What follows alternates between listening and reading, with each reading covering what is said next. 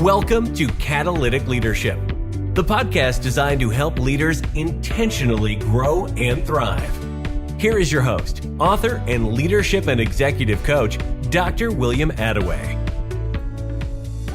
Hey, it's William, and welcome to episode 14 of the Catalytic Leadership Podcast. Each week, we tackle the topic of leadership, and my goal is to ensure that you have actionable steps from each episode to grow in your own leadership. I believe, like Craig Groeschel has said, that when a leader gets better, everybody benefits. Your team, your department, your organization, your customers, your clients, your spouse, your kids, everybody.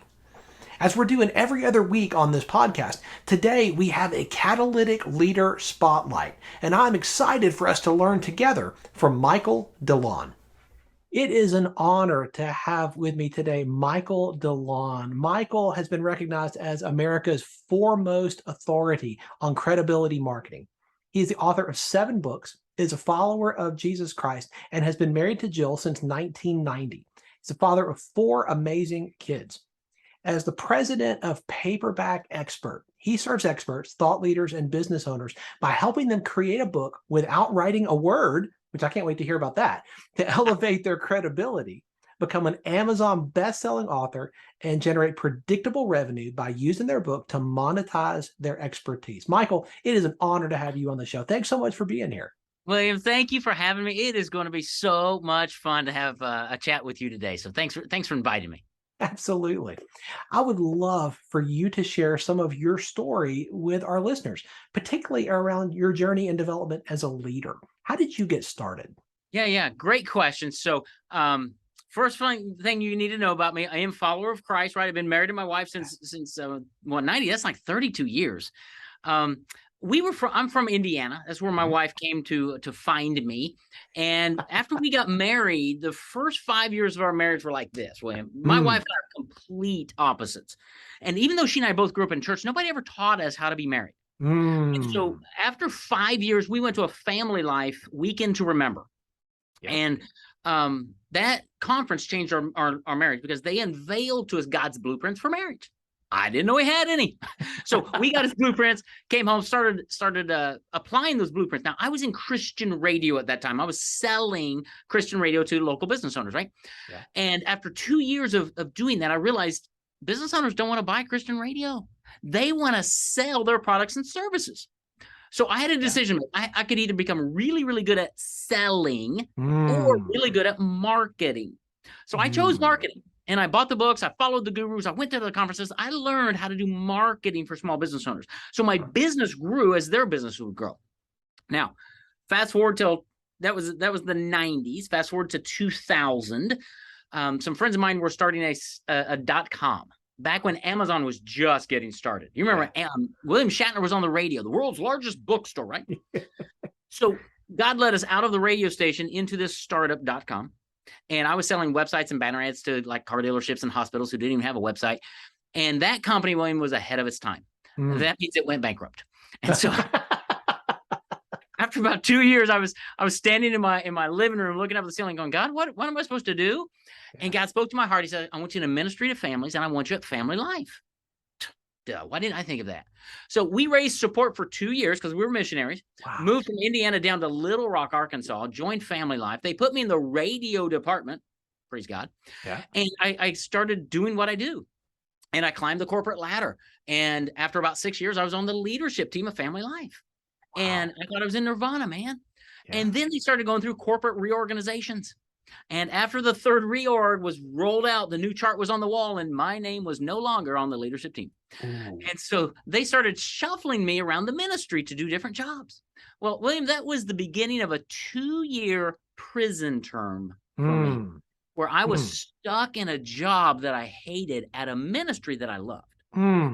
And so I'd go home just emotionally exhausted every day. Worst day of the week was Sunday night, knowing I had to go to work the next morning. It was terrible. So after 2 years, I finally got fed up. I talked to my wife. I prayed to God. I said, I got to get out of this place. God said, Michael, what do you want to do? I said, well, I want to go help small business owners with marketing because they hate it and I love it. And he said, go. So on January 1st of 2013, I escaped from prison. I left ministry, started a marketing consulting firm, and I would come out, I'd call you, I'd say, William, I think I can help you grow your business. You'd meet with me, we'd have a great conversation. You'd say, Michael, what have you done in the last few years? Who have you helped? Yeah. And I say, well, I've helped build marriages and families at Family Life. And you say, Michael, that's honorable. Way to go. Oh, look at the time. I've got another meeting coming up, and you'd usher me out the door. So I wasn't getting any clients. I knew that had to change. So William, I went to my church, second floor, hallway. I was pacing the floor. I remember it as if it was yesterday. I said, God, how do I help William? Because I know I can. And he gave me the idea to take all of my marketing strategies and put them in a book. And so I did. So in 2013, I published my book on marketing. Then I would call you. I'd say, William, I think I can help you with your marketing. You would set an appointment. I'd mail a copy of my book to you. A week later, I'd walk into your office for our meeting, and there it was. My book was on your desk, dog-eared, highlighted, underlined. You'd read my book. And in that meeting, you say, now, Michael, in your book, you said, how do you help me do that? Yep. And you'd hire me. And I started gaining clients, and I thought, well, this is really cool. Why don't more business owners do this? Because the only thing that changed, William, between our first meeting and that second meeting was the fact that I was a published author. And when you got a copy of my book, I instantly became an expert in your mind. Only thing that changed. And so today, so that was the seed that got planted that today's become Paperback Expert, where we work with business owners and experts and thought leaders to take what's in their head, put it into a book, and teach them how to position themselves as that thought leader in the eyes of their audience so they will gain clients, get referrals, and grow their revenue. So that's a long story of how I got here. But what a great story. And, like every journey I've ever heard, it's not just up and to the right. Oh, that's right. I've never seen one like that. Gratuitous, That's not my story. It's not your story. I mean, not. that's not any leader's journey that I know. That's right. There's turns, there's twists, there's up, there's down, there's like, wait, what?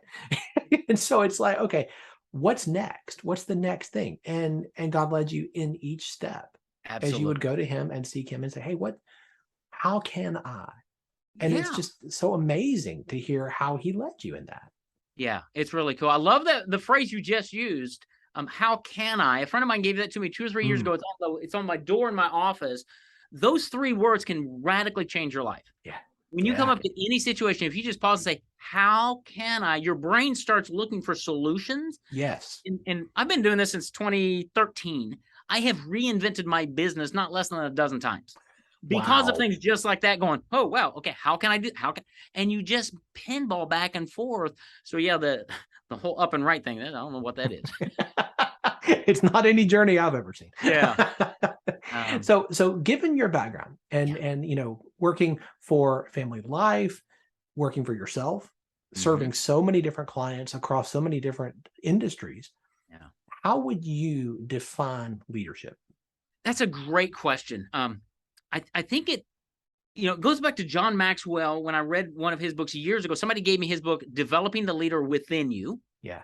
And then the next book was Developing the Leaders Around You, right? Maxwell said leadership is influence. Yep. Through all of my reading and studying of leadership, I landed on a mission statement that I've had for probably 30 years. And my mission statement ties into leadership. It's to facilitate growth in organizations and individuals. That's my personal mission statement. That has leadership all around it. Yeah, it does. But I believe it starts with me. Yes. And as I look at scripture, obviously Jesus is the best leader. He's a servant leader. And I've learned that over the years that leadership is not top down. It's how can I lift you up, equip you, and support you, and then let you go. So Stephen Covey was another big influence in my life. Everybody knows 7 Habits. Yeah. Great book. But he also wrote a book called Principle-Centered Leadership. And in that book, he talks about the concept of, I think he calls it stewardship leadership. I think something like that, where he says, you can't just say, okay, William, here's your job, go do it. Yeah. That's not what it's about. It's about training you, equipping you, and then letting you do it, and then coming back and helping you, right? So good. I've told, and I don't even know where I got this phrase, but in leadership, we delegate results, not methods. So I'm going to show you, like if you came to work for us, okay, we have processes and systems. And our philosophy is we've built them. You're going to come in and you're going to run our process and system the way it's designed. Then after you do that and become proficient, if you find ways to improve our system, please come and let us know. But don't come in saying, well, I can do it better than you can. Well, no, that's pride. So it's a matter of having systems, having a vision, having a pathway, and at the same time being flexible enough to realize I am not the sharpest knife in the drawer. There's probably a better way to do it. That's good. I'm open to having you say, hey, have you ever thought about this? I don't know. So that's how we lead is vision and direction and pathway. And then within that pathway, the guardrails are pretty wide once we have trust with you. Because I'm willing to let you go out and try some things. Because isn't that what I've done for the last decade? Is try something. Absolutely. That's kind of how we lead around here. That's good. So, how do you differentiate leading your team and leading your clients? Well, that's a great question. My team has they both start with vision. Yeah. Okay. So my clients are coming to me. They're wanting me to lead them where they really want to go. They need vision. I just got off the phone with a prospect. He wants to do a book, but he just thinks he needs a book. And through our conversation, I said, well, but I'm a marketing guy. Let me explain to you what we're going to do with your book. And the light bulb started coming on, and he started realizing this larger vision that he can have with his book, a larger impact.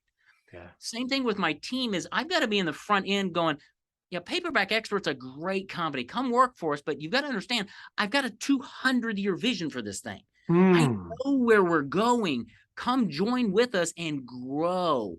And when people are part of that, it's really exciting, number one. Number two, here's something that we do to our team. Now, my team's scattered all over the nation and in two other countries. We send our team members food items in the mail randomly just to say thanks. So 3 to 4 or 5, 6 times a year, they're going to get a surprise package of jelly beans or espresso beans or something just to say, William, thank you. We really appreciate you being on our team. That's leadership. Yes. Right? That's what we do. That is so good. I love that because you see people not just for the contribution that they're making, not just as a cog in the machine, right? But you see your team members as valued members of the team. Oh, totally. Yeah. I praise God for them every day because they're doing now what 10 years ago I was doing. Absolutely. When I started this, I was a one-arm paper hanger, right? I did everything. And I've realized over the time, and I think I got this from Maxwell, I only do 4 things well. I think he does 5. I only do 4. And I've built my team so that I can stay focused on my 4 areas. But I want to value them. My writers are stunning at what they do. Our graphics designers who does the book covers, he's incredible. So yes, I want them to stay. And so I want to affirm them. I do, we do the food things. I do like Loom videos to our team members every once in a while, just saying, hey, William, thanks so much on that job. You did really good. I love this book. Thank you. I learned a long time ago, I will work for an attaboy for a long time. So I'll take that over a 20-cent pay raise most every day. Words of affirmation. They are so powerful. They are. And I think they're in short supply in so many leaders' arsenals. And they just don't understand the power of that. Yeah. So I love that you're affirming that and encouraging that. I hope everybody listening is writing that down because that doesn't cost you anything. And it's funny because that may have come, I don't know which book it came from, but years and years and years ago, I read The 1 Minute Manager. Yeah. Right. And even though it's a management book, there's a lot of leadership in there. The other book that I read years ago, and I even got the audio years ago, was called Gung Ho. Ken Blanchard. Yeah. Love that book. Right. And every time I hear geese going overhead, they're honking, Gift of the Goose, right? That's it. Way of the Beaver and the Spirit of the Squirrel. Those 3 things just impacted me so much to go. And I think really Spirit of the Squirrel or the Way of the Beaver is I'm not going to delegate the result. Yeah. We need to build the dam. but you go chop a big tree, you go chop a little one, we're going to work together. And I think that's probably where I learned leadership, is through those books that were story-based, so I could remember them. Because don't tell Maxwell this. I've read a lot of his books, but I don't remember how, right? Even though he's a great storyteller, but those books, those parable books, have just stuck with me. And have really impacted who I have become as a leader. I love that. I don't know if you're familiar with Patrick Lencioni. He writes in the parable style, and I just got his new book today in the mail. Okay. I can't wait. It's same parable fable style. I can't wait to dive in, because he's a master of that. Yes. I look forward to learning even more. I love that. So as a leader, what has been your greatest challenge? Probably staying out of what I've delegated. That's good. Okay. Handing it off and not touching it again. Yeah. Okay. This is my company, right? This is well, actually it's God's, but so my son, my 7-year-old son, Caleb, works in the business with me, and he's my chief operating officer. He runs all of our marketing. He does all that stuff, right? Well, we had a decision last week that something hit my scale. I'm like, oh, this is great. I think we need to do this. And I said, okay, Caleb, we need to talk about it on Monday. Come Monday, he doesn't want to do it. Lamb. Now what? You're 27. But you know what?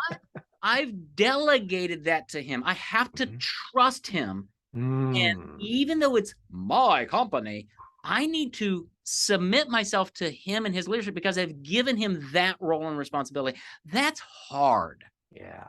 But I've learned over time that it's better to do that, because when I insert myself, it's not good. I cause too many ripples and things, and it's not my area of expertise. And so I think that's probably one of the hardest things, is to delegate something well. Stewardship delegation is what Stephen Covey calls it. Stewardship delegation. Good. I need to equip them, and I need to trust them, and I need to leave them alone. I'm guessing that has changed in your leadership over time. I'm guessing you didn't start there. Oh, heavens no. No, I used to be a micromanager. And I would give you something, and I'd come check up on you and make sure. Oh, no, wait, no, we do it this way. No. Michael? Yeah. And finally it was just like, ooh, and I realized it frustrated my employees, my team members. And it ended up, I realized they can do it better than me. I do a few things really well. I do 4 things well, William. I do them wicked good. I'm amazing at these 4 things. Outside of that, I am mediocre at best. And so I've learned to surround myself with people who are great where I'm not. And I just need to let them do their job. And you know what? Every time we've hired somebody for a key position, we've trained them well, my business has grown because I'm staying out of it. And it's a paradigm. It's weird, but that's how it works. Yeah. And I hope every leader listening is hearing that. Because how many solopreneurs, it's their name on the email, it's their name on the company, and it's got to be their way. And they don't want to take their hands off. They don't. And what they don't realize is they are the lid. They are the lid. A marketing guy I follow, Roy Williams, he's called the Wizard of Ads. He had a phrase one time. He said, as a business owner, your business will grow to the length of your shadow until you learn to delegate effectively. Wow. Which is exactly what you just said. It's if it has to be my way, my business is stunted for growth. Wow. That's what I thought too. But it's so true. So building a team around you of competent people you can trust and letting them do what they do.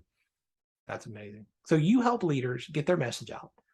And in the intro, without writing a word, I got to hear a little bit more about this. How does that work? It's great. It's funny because everybody looks at me as a book publisher, and I will tell you, I'll be the first one to tell you, I'll never write a book. All right. And the reason is when you go to write and you open up your computer, you're staring at a blank Word document. What am I going to say? Number one. Number two, you start typing and you type a sentence or two, and you're like, oh, no, that's not what I want to say. And you hit backspace. It's that self-editing process. Yeah. And number three, when you type versus when you speak, you're using different parts of your brain. Okay? So what we say is don't ever write a book. You want to speak to write your book. So our process at Paperback Expert is a speak to write process. We have writers who will have conversations with you to outline your book, build the structure, the format, the flow. And then we start getting the stories from you by asking you questions, because you can talk about your business all day long. You just structure it. And you can do the same thing using Microsoft Word or Google Docs. They all have these dictate functions. Yeah. So I say build an outline and then hit dictate and start speaking to fill out the outline. If you do that, you're going to create your content so much faster. And then you're going to have like 70% of your books there. Yeah. Now you can go in and do the editing, or hire an editor is what I tell people. Yeah. But get the thoughts out of your head onto paper, onto the screen. Do that through a speak to write process. It's going to be so much faster. I love that. Yeah. And you're helping leaders to extend their influence, to extend their capacity beyond what it would be with what they had to do in person, right? Without question. All right, so you just got a book from Patrick Lencioni. Yeah. Okay. His influence is going to impact you. It's going to expand your world, and it's going to expand the people that you touch. Yeah. Okay. Every business owner, every expert can do exactly the same thing. You don't have to be as big as Patrick Lencioni. Yeah. You are writing to influence your audience.